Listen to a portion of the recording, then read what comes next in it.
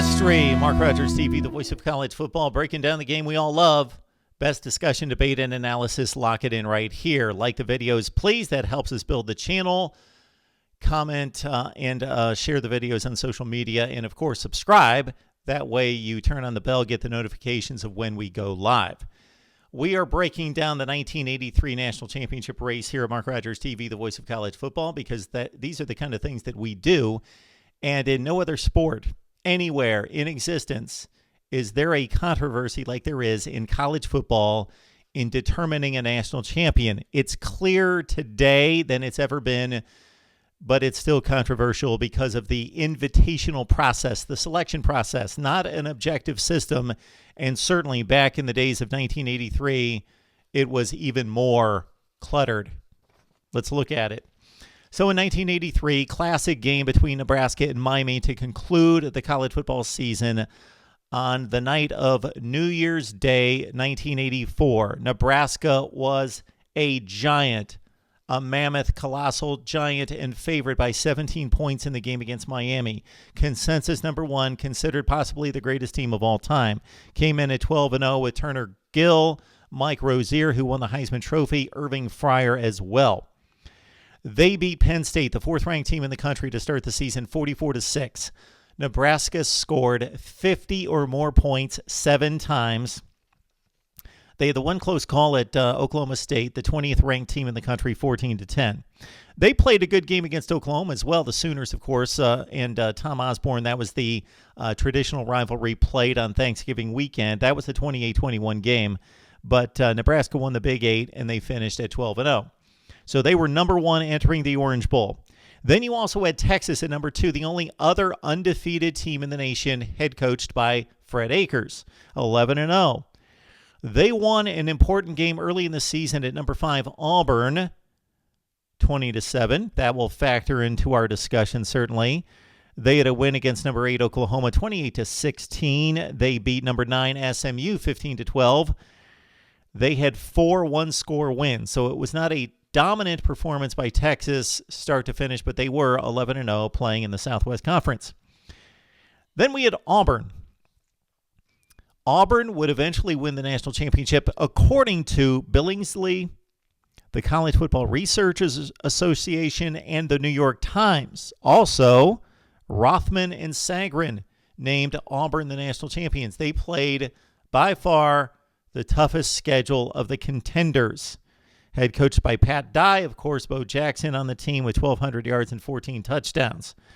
Okay, they played 9 bowl teams, and this isn't when there were 41 bowl games. There were about 15 or 16 bowl games. They played 9 bowl teams. 8 of those teams were ranked in the top 20. There was no top 25 then, so 8 ranked in the top 20, 6 in the top 10. Auburn played an 11-game schedule, 6 teams ranked in the top 10 in the country. They played the SEC schedule, of course, plus Florida State, Texas, Georgia Tech, and Maryland. Before you laugh at Maryland, they were 7th ranked in the country. Think about that. Auburn played an SEC schedule, plus Florida State, Texas, Georgia Tech, and Maryland, who was a top 10 team. That's how good the Auburn Tigers were. Okay, Illinois would not apparently on the surface be a factor in our discussion, but certainly they are. Yes, they got blown out in the Rose Bowl, finished 10-2 near the bottom of the top 10 in the country, but we obviously have to survey the situation going into postseason play. Head coached by Mike White, Illinois was a surprise winner of the Big Ten at 10-1. They lost their opener to Mizzou. Then they went 9-0 in the Big Ten. They beat 4 ranked teams with Jack Trudeau at quarterback and wide receiver David Williams. So Illinois at 10-1. And then you had Miami and head coach Howard Schnellenberger. They were also 10-1 following an opening night loss to Florida, blown out by the Gators 28-3. Then they went on a roll. Their big wins over number 13 Notre Dame 20-0. They beat West Virginia, the 12th ranked team in the country at the time of the game, 20-3, and they beat Florida State 17-16. That sounds familiar in regards to a score because that was the typical Miami-Florida State game for the next 10 years. 17-16 in that one. Florida State was a good team that year, not great at 8-4. And then finally, Georgia factors into this with head coach Vince Dooley. The Bulldogs had won the national championship in 1980, made it to the Sugar Bowl in 82 as the number one team before losing to Todd Blackledge and Penn State, and they were looking to possibly backdoor their way into a national championship, but of course another team would do that. They had lost to Auburn 13-7. They were 9-1-1. They had a tie against Clemson, 16-all. So there you go. Going into the Bowls, Nebraska number 1, Texas 2, Auburn 3, Illinois 4, and Georgia at number 5. This is what happened in the bowl games. In the Rose Bowl, for the first time ever, an unranked team beat a top 5 team. UCLA smacked, I remember it well, Illinois 45-9. UCLA came into the game, get this, how did they ever qualify for a Rose Bowl? At 6-4-1. Well, they lost all their games out of conference. They were 6-1-1 in the Pac-12, the Pac-10 then. And again, UCLA dealt Illinois an embarrassing loss, 45-9, and so Illinois finished at 10-2. All right, Cotton Bowl was huge because Texas could have won the national championship. They came in undefeated, number 2. They had a 9-3 lead pretty late in the game. But Texas defensive back Craig Curry muffed a punt, set up Georgia for the game-winning touchdown by John Lastinger. Remember him well with 3:22 left. And Georgia upset Texas. When I say upset, mild upset. Number 7 Georgia over number 2 Texas, 10-9 in the Cotton Bowl. All right, on to the Sugar Bowl that night. So the Sugar Bowl was being played at the same time as the Orange Bowl. It was Michigan of the Big Ten taking on Auburn. Auburn at number 3. Michigan scored a touchdown on its first drive, would not find the end zone or any scoring the rest of the game. 3 Al Del Greco field goals, who would later kick in the NFL for a long time. 3 field goals. And the second, the last 2 were in the fourth quarter. So Auburn comes back to beat Michigan in a slugfest, 9-7. Bo Jackson carried 22 times for 130 yards, and Tommy Agee 16 carries for 93 yards. Auburn beats Michigan 9-7.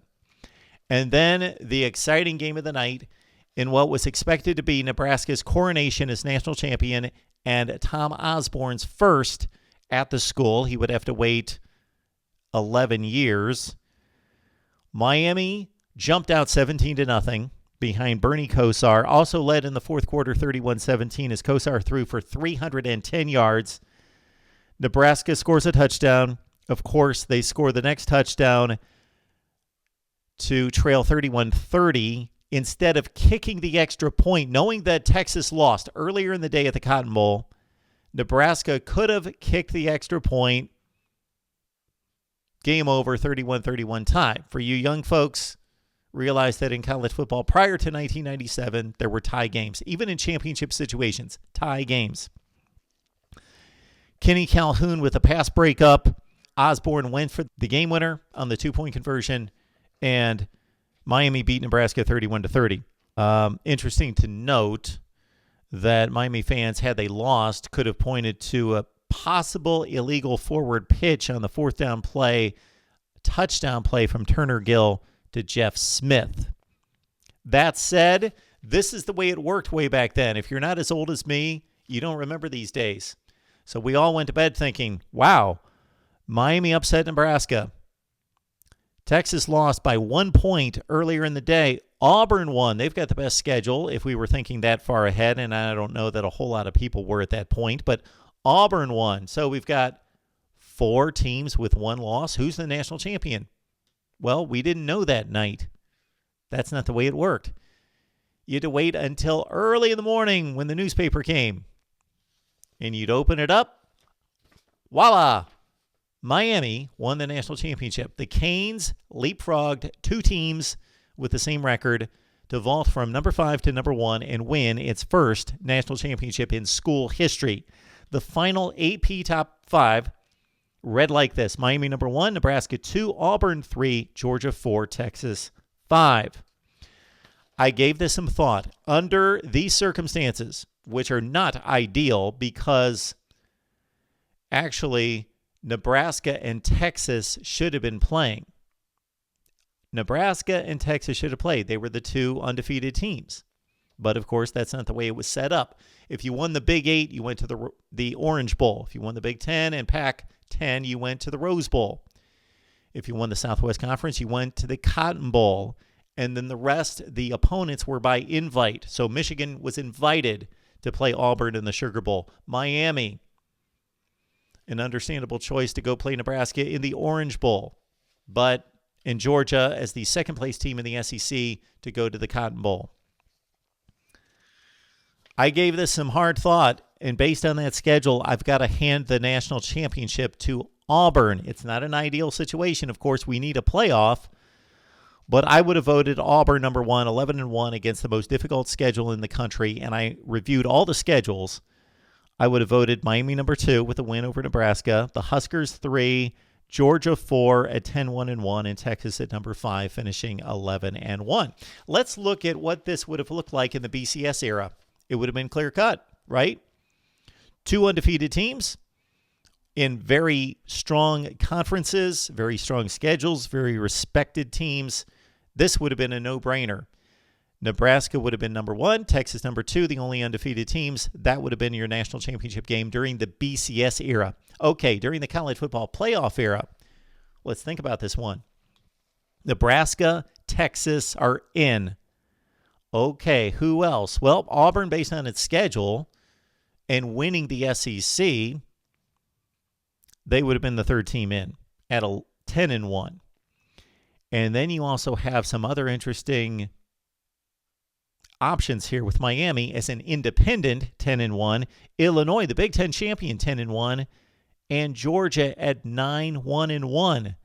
That would have been your controversy for the 4th position. Miami, Illinois, or Georgia. Georgia, the non-champion. Miami, an independent. Illinois, a Big Ten champion at 9-0 in the conference. A strong conference with both Ohio State and Michigan in the top 10 in the country. And Iowa was close to a top 10 team. So you probably would have had a college football playoff that would have looked like this. Nebraska 1, Texas 2, Auburn 3, and Illinois 4. Miami most likely would not have made a college football playoff in 1983. Had it been played today as well, keep in mind that we didn't have conference championship games. Nebraska would have played Illinois during the regular season. That would have settled that situation between Nebraska and Illinois to take on Michigan.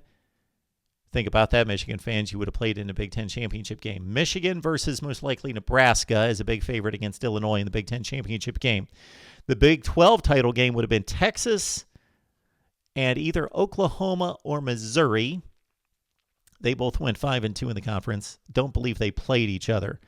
The ACC would have been Clemson-Miami in the ACC championship game. Clemson was on probation, though, so you talk about a mess. Clemson was on probation. Therefore, the team that would have had to be selected for the ACC championship game based on the current divisional format would have either been Wake Forest or NC State. Both those teams were 1-5 in conference play. So again, Miami-Clemson based on their performance on the field, but it could have been a Miami taking on a Wake Forest team that was 1-5 in the conference, or NC State in the ACC championship game. The SEC would have had a rematch in the title game in Atlanta, Auburn, Georgia. Great matchup. So if chalk would have prevailed, Nebraska beats Michigan in the Big Ten championship game. Texas over Oklahoma or Missouri. Miami wins the ACC. Auburn wins the SEC. And then you would have had this college football playoff. It would have been classic. Nebraska, the number 1 seed. Texas 2. Auburn 3, Miami 4. So that Nebraska-Miami matchup would have been a semifinal game, and they would have played the winner of Texas and Auburn. That's 1983. Miami won the national championship with a vote, vaulting from 5-1 with the classic Orange Bowl 31-30 win on the failed 2-point conversion. But Auburn had the best schedule and same record, playing 8 ranked teams and going 11-1. They would have been my national champion in the poll era. And again, the BCS would have been clear-cut with Texas and Nebraska, the only 2 undefeated teams playing, and then a college football playoff under the current conference format looks pretty clear to have been Nebraska, Texas, Auburn, and Miami. We take your requests right here at Mark Rogers TV, the voice of college football, to break down college football history and whatever debate you have concerning, again, college football history or anything going on today. Right here at the voice of college football. See you next time.